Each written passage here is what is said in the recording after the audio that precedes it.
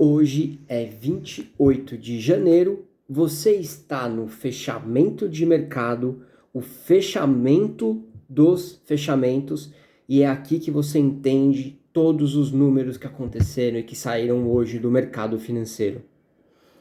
Já tinha antecipado de uma maneira bem tímida a perspectiva do mercado e se confirmou hoje na super quarta, manteu no Fed, manteu no Copom. Depois você pesquisa essa piada aí que é fácil de descobrir. E dois comunicados muito parecidos. Achei isso muito relevante. Vou trabalhar primeiro com Fed, que saiu primeiro. Manteve a taxa. Perspectiva de manutenção dessa taxa. Já existe uma ala de economistas que essa taxa vai ficar até o meio do ano, até junho. Lembrando, Powell encerra o mandato no fim de maio, então no meio de junho já é o novo presidente. Então a perspectiva é que sejam mantidos por 2 reuniões nesse patamar de juros e só lá no meio do ano que volta a cortar. Qual é a explicação oficial? A inflação ainda incomoda, a inflação ainda, para os parâmetros americanos, ainda alta, mesmo com o emprego acomodado num nível mais baixo, mas a economia americana ainda roda de um jeito muito consistente. Então essa é a preocupação do Powell declarada em comunicado nesse momento. O detalhe curioso é que a votação lá no Fed foi 10-2. 10 para manutenção, 2 para corte. Curiosamente, os 2 diretores que votaram são muito cotados para assumir o Fed pós-Powell. Waller e o Miron, que já dão muitas declarações, já dão muitas entrevistas sobre política econômica, estão altamente cotados para substituir o Powell. É um detalhe curioso, mas que ao mesmo tempo não significa nada de efetivo. A maioria vence, a maioria optou pela manutenção do estado atual. O que é ótimo, porque a gente mantém a diferença entre a Selic e a taxa americana. Essa diferença de taxa ainda é muito interessante para o investidor internacional e ajuda a gente ainda a ser uma atrativa, ser um imã de recurso estrangeiro.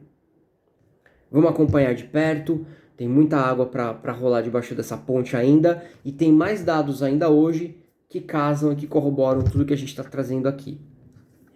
Falando de casa, falando do Copom, o mais interessante do Copom era o que se esperava, o comunicado.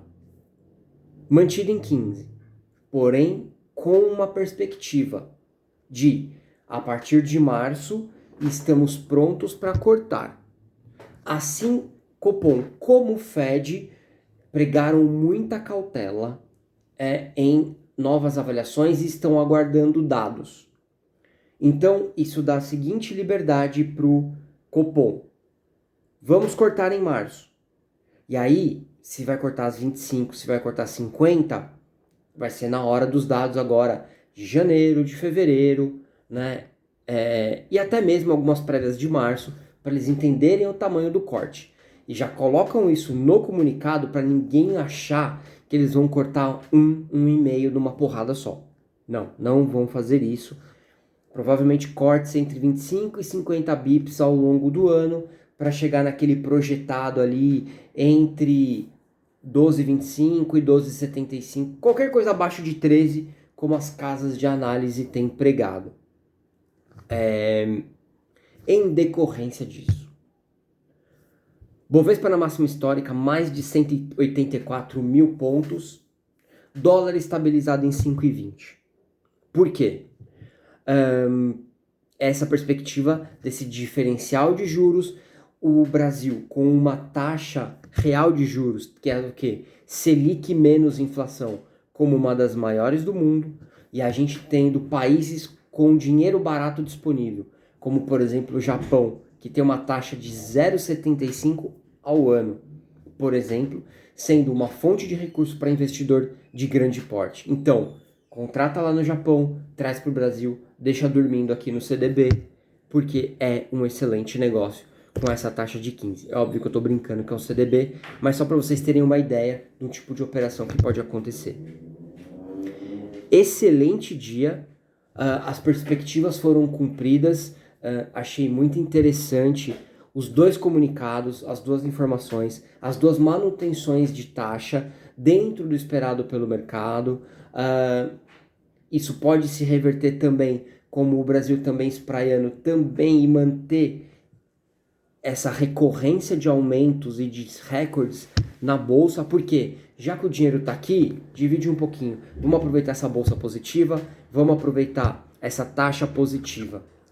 Além do Brasil, os países latino-americanos em geral e outras geografias fora Estados Unidos, então assim, México, Peru, Colômbia, vivem esse vento de cauda bem positivo, assim como a gente, porque ainda seguimos com a mesma dinâmica de janeiro, que é o quê?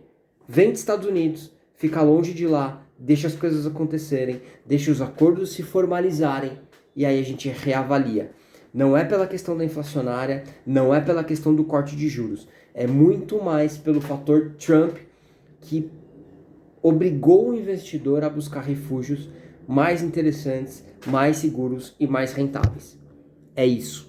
Vamos com tudo que amanhã a gente tem muito dinheiro para ganhar. Valeu!